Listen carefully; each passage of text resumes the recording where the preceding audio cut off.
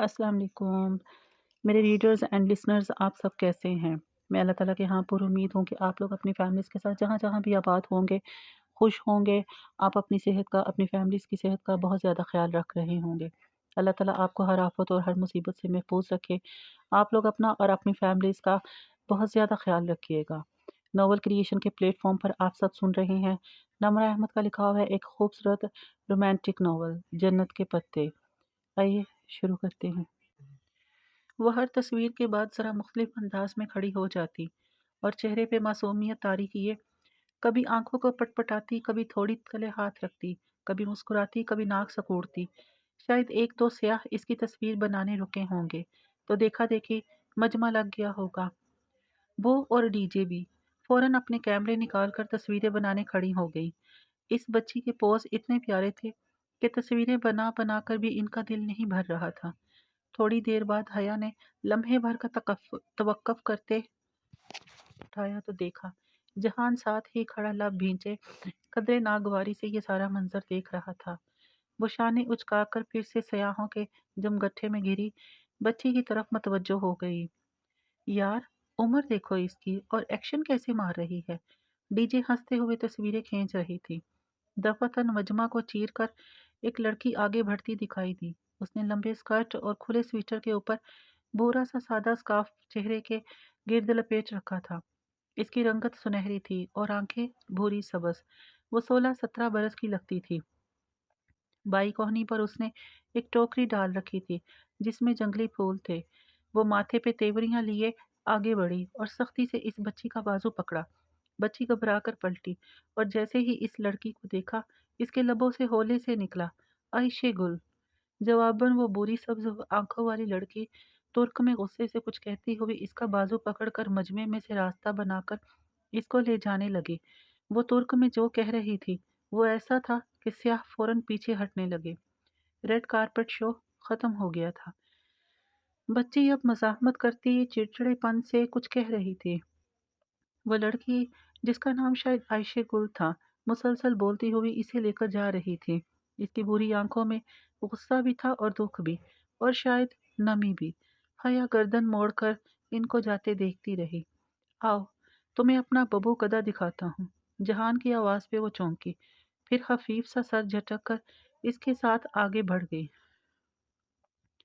जहान ने एक बग्घी रोक दी थी। डीजे ने अलबत्ता 4 लीरा फी घंटा के हिसाब से साइकिल किराए पर ले ली थी और अब वो इसी पे सवार हो रही थी। हया बग्घी के करीब आई तो जहान ने एक तरफ होकर रास्ता दिया। वो शहाना सी बग्घी ऊपर से खुली थी। आगे एक घोड़ा जुता था और इसके साथ बग्घी बान लगामता में बैठा था। पीछे खूबसूरत सी 2 अफराद के बैठने की निशिस्त बनी थी जिस पे सुनहरी नक्शो निगार बने थे। वो एहतियात से ऊपर चढ़ी। मखमली शाही निशिस्त नहायत गुदास थी। वो दोनों एक साथ ही इस पे बैठे। बग्गीबान ने घोड़े को जरा सी चाबुक लगाई तो वो चल दिया। पथरीली सड़क पे इसके टापों की आवाज गूंजने लगी। तो फिर पाकिस्तान के अच्छे लोग कैसे होते हैं। हया ने गर्दन इसकी तरफ फेरी। वो हाथ में पकड़े स्मार्टफोन पर निगाहें जमाए पूछ रहा था। वो इसे कभी भी मुकम्मल तवज्जो नहीं देगा, ये तो तय था। पाकिस्तान और पाकिस्तान के अच्छे लोग। हया गहरी सांस लेकर सामने को देखने लगी तो कि दोनों कितारों के दरमियान बग्गी सुस्त रवि से आगे बढ़ रही थी। हम बहुत तरक्की याफ्ता नहीं हैं, बहुत पढ़े लिखे भी नहीं हैं। धोखाधड़ी, रिश्वत जनी, कत्लो गारत और बहुत सी बुराइयों में भी मुलव्वस हैं। हमारे यहाँ जुल्म खुलेआम किया जाता है और मजलूम भी हम ही होते हैं। हम पिसमानदा भी हैं और पस्त ज़हन के भी। मगर इस सब के बावजूद जहान सिकंदर अहम दिल के बुरे नहीं हैं। हम दिल के बुरे नहीं हैं। हमारे दिल बहुत सादा, बहुत मासूम, बहुत प्यारे होते हैं। फिर वो कदरे तवक्कुफ से बोली, क्या तुमने वाकई अब्बा से पूछा था कि पाकिस्तान में हर रोज़ बम ब्लास्ट होते हैं? मैंने मोबाइल की स्क्रीन को उंगलियों में पकड़े वो ज़रा सा चौंका, फिर ज़ीरे लब मुस्कुरा दिया। शायद। क्या नहीं होते? होते तो हैं। हमारी इंटरनेशनल इस्लामिक यूनिवर्सिटी के कैफ़े में भी ब्लास्ट हुआ था। उस दिन हमारी एक फेयरवेल पार्टी थी और हम फ्रेंड्स ब्लास्ट से 10 मिनट पहले कैफ़े से निकली थी। जब हम दोबारा आए तो बहुत बुरा मंजर था। वो खूह, टूटा कांच, जली हुई दीवारें اس نے یاد کر کے جیسے جھرجھری لی تھی۔ تو اسکاٹی ادارے کیا کرتے ہیں؟ ترکی کے لوگ کیسے ہوتے ہیں؟ میں تو ایک غریب سا ریسٹورنٹ اونر ہوں، ورکنگ کلاس کا ایک مزدور صفت شخص، جس کو مصروفیت کے باعث گھومنے پھرنے کا وقت بھی نہیں ملتا، اور باوجود اس کے کہ میرے گھر سے ببو کدہ قریباً 2 گھنٹے کی مسافت پر ہوگا، میں 3 سال بعد ادھر آیا ہوں۔ واقعی؟ اس نے حیرت سے پلکیں جھپکائیں۔ جہان نے شانے اچکا دیے۔ وقت ہی نہیں ملتا۔ میں نے بچت کے لیے ریسٹورنٹ میں ورکرز کم سے کم رکھے ہوئے ہیں، سو اس لیے کام کا بوجھ بہت بڑھ جاتا ہے۔ وہ اس طرح اسکرین کو دباتا مسلسل کام کر رہا تھا۔ بگی سڑک کی ڈھلان سے نیچے اتر رہی تھی۔ بل کھاتی سڑک نے دونوں اطراف بہت خوبصورت بنگلوں قطاریں تھیں۔ سڑک کے کنارے کتے ٹہلتے پھر رہے تھے۔ یہ تختہ کمزور ہے۔ دفعتاً جہان نے اپنے جوگر سے نیچے موجود تختہ تھپ تھپایا اور پھر جھکا۔ پلیز جہان، ساری دنیا کی ٹوٹی چیزیں تمہارا ہیڈک نہیں ہے۔ اچھا۔ وہ جو جھک رہا تھا قدرے خفگی سے سیدھا ہوا۔ وہ پھر سے موبائل پہ کچھ لکھنے لگا۔ فون رکھ بھی دو۔ مدام، آپ یہ مت بھولا کریں کہ آپ ایک غریب ورکر کے ساتھ ہیں، جو اگر ایک دن کا آف لے گا تو سارے آرڈرز میں ہیر پھیر ہو جائے گی۔ سو اس بیچارے کو بہت سے کام یوں ہی آن دی موو بھگتانے پڑتے ہیں، اور وہ یہ بھی جانتا ہے کہ ان تمام محنتوں کے باوجود وہ اگلے 10 سال تک بھی ببو کدہ کے ان بنگلوں جیسا آدھا بنگلہ بھی نہیں بنا سکتا۔ اس کے کہنے پر حیا نے لاشعوری طور پر سڑک کے دونوں اطراف بنے بنگلوں پہ نگاہ دوڑائی اور ایک لمحے کو ٹھٹک کر رہ گئی۔ دائیں طرف جہان کے اس جانب جس بنگلے کے سامنے سے بگی گزر رہی تھی، وہ اتنا عالیشان اور خوبصورت تھا کہ نگاہ نہیں ٹکتی تھی۔ 4 منزلہ سفید اونچے ستونوں پہ وہ محل یوں شاہانہ انداز میں کھڑا تھا جیسے کوئی ببر شیر اپنے پنجوں پر بیٹھا ہوتا ہے۔ اس کے چھوٹے سے باغیچے کے آگے ایک لکڑی کا سفید گیٹ تھا۔ بگی آگے بڑھ گئی تو وہ گردن موڑ کر دیکھنے لگی۔ سفید محل کے لکڑی کے گیٹ پہ نام کی ایک تختی لگی تھی، جس پہ قدیم لاطینی ہجوں کے انداز میں لکھا تھا، اے آر پاشا۔ اس کے دل کی دھڑکن لمحے بھر کو رکی تھی۔ اس کے انداز پر جہان نے پلٹ کر اس گھر کو دیکھا تھا۔ اب کیا تم ابھی سے میری جیب کا مقابلہ ان بنگلوں کے ساتھ کرنے لگی ہو؟ وہ چونکی، پھر اس گیٹ کو دیکھا جو اب دور ہوتا جا رہا تھا۔ نہیں تو، وہ سر جھٹک کر آگے دیکھنے لگی۔ پھر کتنی ہی گلیوں سے وہ خاموشی سے گزرے، یہاں تک کہ ایک جگہ جہان نے ترک میں کچھ کہہ کر کوچ وان سے بگی رکوا دی۔ ہم نے پورے جزیرے کا چکر لگانا تھا، پھر ابھی سے کیوں رک گئے؟ وہ اترنے لگا تو حیا بول اٹھی، نماز۔ جہان نے سامنے مسجد کی جانب انگلی سے اشارہ کیا۔ اچھا۔ وہ سر ہلا کر اٹھی، ایک ہاتھ روڈ پہ رکھا اور احتیاط سے پاؤں نیچے پیڈل پر رکھ کر اتری۔ جہان پہلے ہی اتر کر مسجد کے دروازے کی طرف بڑھ گیا تھا۔ مسجد چھوٹی مگر صاف ستھری تھی۔ جہان مردوں والے حصے میں چلا گیا تو وہ وضو کر کے عورتوں کے پیریئر ہال میں آ گئی۔ ہال کے ایک کونے میں ایک لڑکی بیٹھی، جنت کے پتے، نمرہ احمد کا لکھا ہوا ایک خوبصورت رومانٹک اور تھرل ناول، حیا سلیمان اور جہان سکندر کی لازوال محبت کی کہانی۔ اس کے سامنے ایک بچی اسی کے انداز میں بیٹھی دھیمی آواز میں کچھ کہہ رہی تھی۔ حیا نے گیلے بازوؤں کی آستان نیچے کرتے ہوئے بغور ان دونوں کو دیکھتی رہی۔ یہ وہی دونوں لڑکیاں تھیں جو ابھی 2 گلیاں چھوڑ کر سڑک پر اسے نظر آئی تھیں، جامنی فروک والی چھوٹی بچی اور دوسری بھورے اسکارف والی سنجیدہ لڑکی۔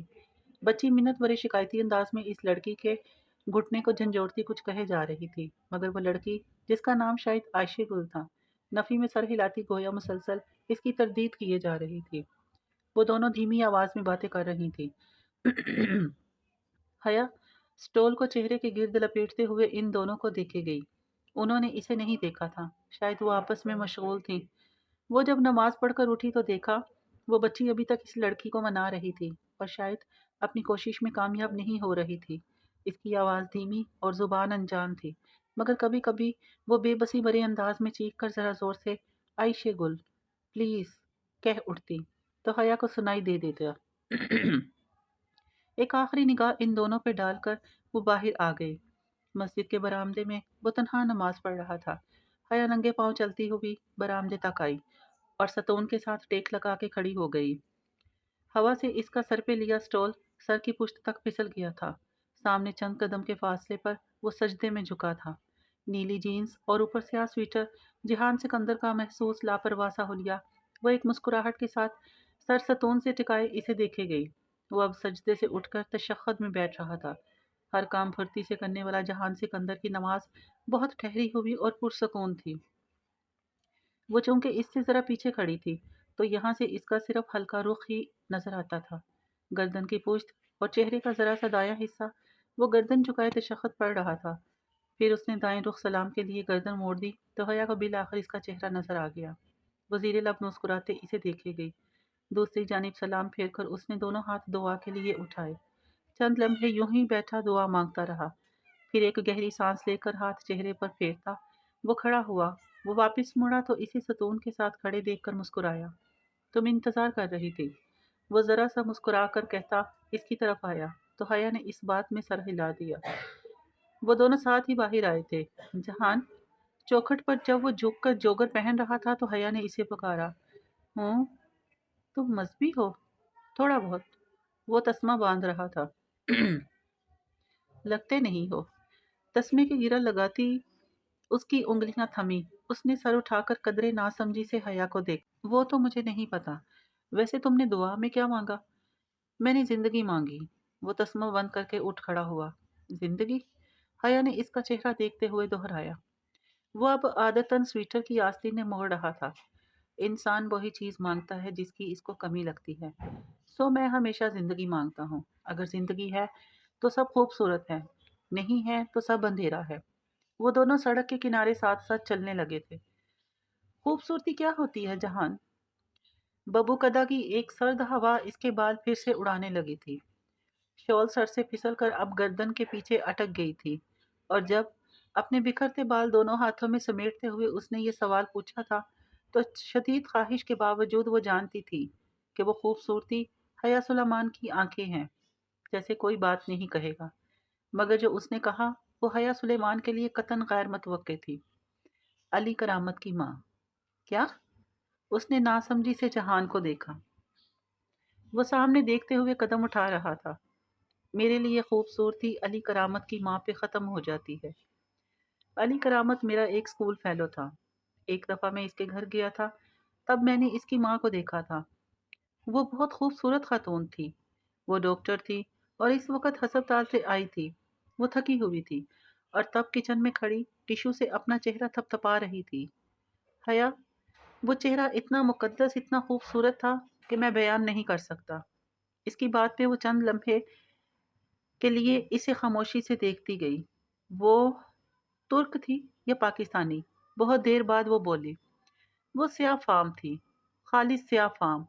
और हया के हलक तक में कड़वाहट घुल गई। ताहम वह खामोशी से इसके साथ कदम उठाती रही। ये वो वाही शख्स था जिसके सामने वो झुक जाती थी, खामोश हो जाती थी, कड़वे घूंट पी लेती थी और फिर भी मौम बन जाती थी। अगर यही बात किसी और ने कही होती तो वो अपने अजली तनतने से इसको तो इतनी सुनाती कि ऐसी बात करने की वो शख्स दोबारा हिम्मत ना करता। हद हो गई। भला स्याह फाम कहाँ इतने हसीन हो सकते हैं? यहाँ पे शायद जहान का मतलब ये था कि इसे हया सुलेमान के मुकाबले में एक बदसूरत औरत भी खूबसूरत लगती है।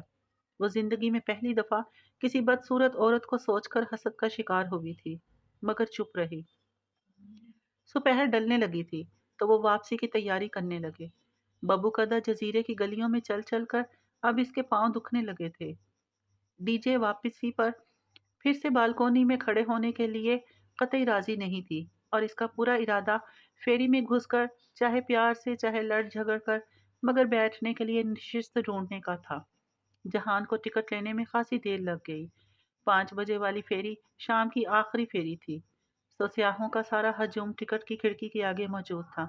अब इसके बाद अगला जहाज रात के 8 बजे चलना था और फिर अगली सुबह तक कोई जहाज नहीं चलता था।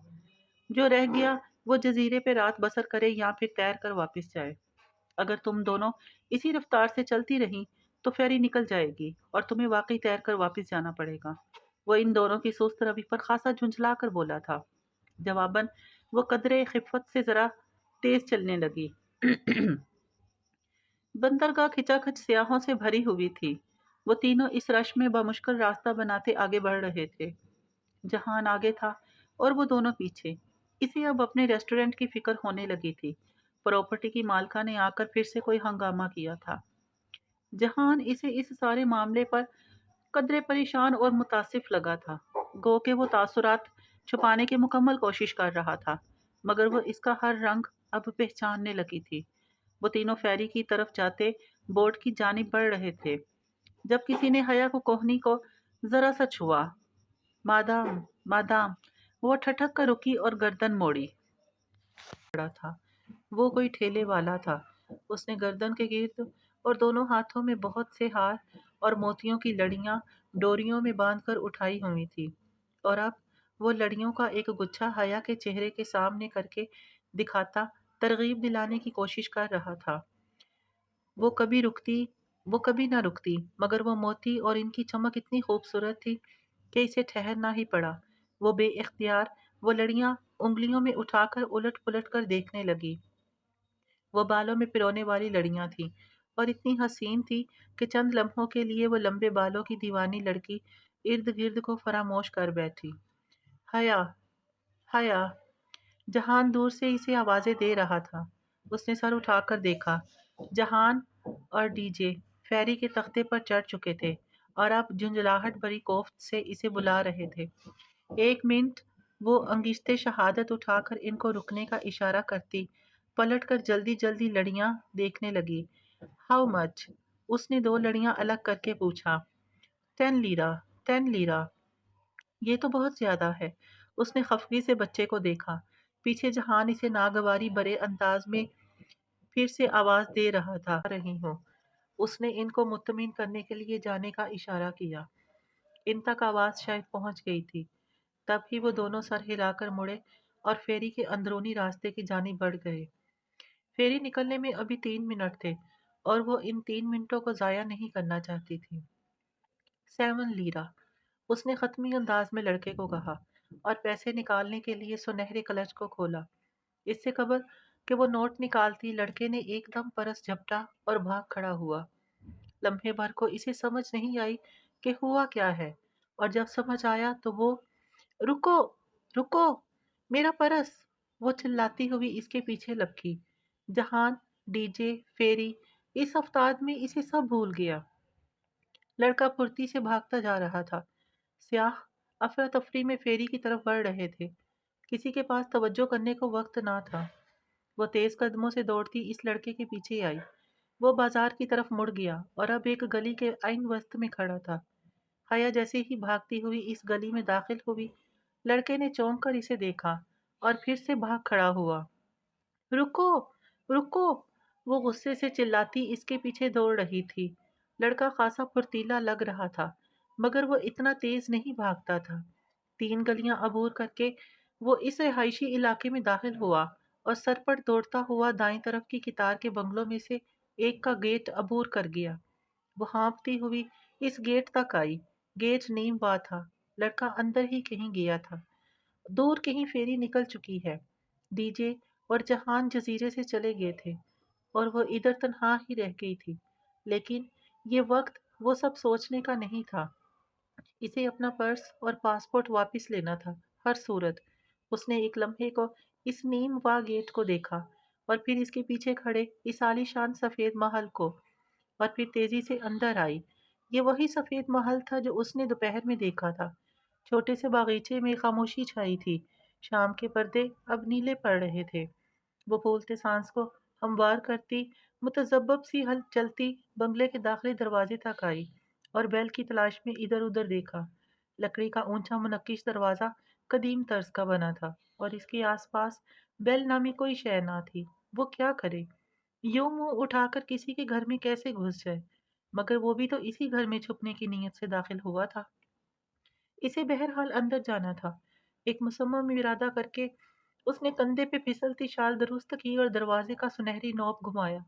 वो कदीम वक्तों की कोई अमर हुई शहजादी थी, जो रास्ता भटक कर इस जजीरे पे आ निकली थी, और अब सुल्तान के महल के सामने खड़ी थी। दरवाजा चरर की आवाज के साथ खुलता चला गया। अंदर हर सू अंधेरा था। उसने चौखट पे कदम धरा। हेलो। वो 2 कदम मजीद आगे आई और पुकारा। इसकी आवाज की गूंज दरो दीवार से टकरा कर पलट आई। وہ کسی لوبی میں کھڑی تھی۔ وہاں نیم تاریکی سی چھائی تھی۔ صرف کھلے دروازے سے آتی شام کی نیلگو روشنی میں آگے جاتی راہداری سی نظر آ رہی تھی۔ اس کا دل عجیب سی بے چینی اور خوف میں گھرنے لگا۔ کوئی ہے؟ اب کہ اس نے پکارا تو آواز میں ذرا سا ارتعاش تھا۔ ایک دم اس کے عقب میں ٹھا کے ساتھ دروازہ بند ہوا اور کلک کے ساتھ لوگ لگنے کی آواز آئی۔ وہ گھبرا کر پلٹی اور دروازے کی طرف لپکی۔ ڈور نوب بامشکل اس کے ہاتھ لگا۔ اس نے زور سے نوب کھینچا، پھر گھمایا، مگر بے سود۔ دروازہ باہر سے بند کیا جا چکا تھا۔ اوپن، اوپن دی ڈور۔ وہ دونوں ہتھیلیوں سے لکڑی کا دروازہ پیٹنے لگی۔ ساتھ ہی وہ خوفزدہ سی دبی دبی سی آواز میں چلا رہی تھی۔ شہزادوں کے جزیروں پہ خوش آمدید، کسی نے بہت دھیرے سے اس کے عقب میں کہا تھا۔ شہزادوں کے جزیروں پہ خوش آمدید، کسی نے بہت آہستہ سے اس کے عقب میں کہا تھا۔ وہ کرنٹ کھا کر پلٹی۔ لوبی تاریک تھی، البتہ اندر کی سمت مڑتی راہداری کے آخری سرے پہ کوئی ٹمٹماتی سی زرد روشنی دکھائی دے رہی تھی۔ وہ آواز بھی وہیں سے آئی تھی۔ اس نے پلٹ کر آخری بار دروازے کی نوب کو گھمایا۔ اب اسے اس محل سے نکلنے کا کوئی دوسرا راستہ تلاش کرنا تھا۔ جو بے وقوفی وہ کر چکی تھی اسے انجام تک پہنچانا ہی تھا۔ وہ آنکھیں سکیڑ کر اندھیرے میں دیکھتی آگے بڑھی۔ تاریک راہداری کے اس پار کوئی بڑا سا کمرہ تھا، شاید لیونگ روم۔ گپ اندھیرے میں وہ زرد سی موم بتیوں کی روشنیاں وہیں سے آ رہی تھی۔ نے چونکنے والے انداز میں پکارا۔ وہ لیونگ روم کی چوکھٹ پہ آن کھڑی ہوئی تھی اور اس کو خوش آمدید کہنے والی عورت وہیں سامنے ہی تھی۔ لمبے اسکرٹ اور سویچر میں ملبوس، اسکارف چہرے کے گرد لپیٹے، وہ جھریوں زدہ چہرے والی ایک معمر خاتون تھی۔ وہ لیونگ روم کے دوسرے سرے پہ کھڑی، ہاتھ میں پکڑی موم بتی سے اسٹینڈ پہ رکھی موم بتیوں کو جلا رہی تھی۔ ایک ایک کر کے سرد پڑی موم بتیاں جلنے لگی تھی۔ آ جاؤ، اندر آ جاؤ۔ لمبی موم بتی سے اوپر نیچے اٹکی موم بتیاں جلاتے ہوئے انہوں نے اسی نرمی سے کہا تھا۔ وہ اپنی جگہ سے نہیں ہلی، بنا پلک جھپکے اس پرتعیش لیونگ روم کے وسط میں رکھی میز کو دیکھے گئی، جس پہ رکھا سنہری ستاروں والا کلچ موم بتیاں کی ہلکی زرد روشنی میں چمک رہا تھا۔ یہ تمہارا پرس ہے، تم اسے لے سکتی ہو۔ اگر مجھے یقین ہوتا کہ تم میرے پاس صرف میرے بلاوے پہ آ جاؤ گی۔ ناول کریشن کے پلیٹ فارم پر آپ سب سنتے ہیں مختلف رائٹرز کے لکھے ہوئے خوبصورت ناول۔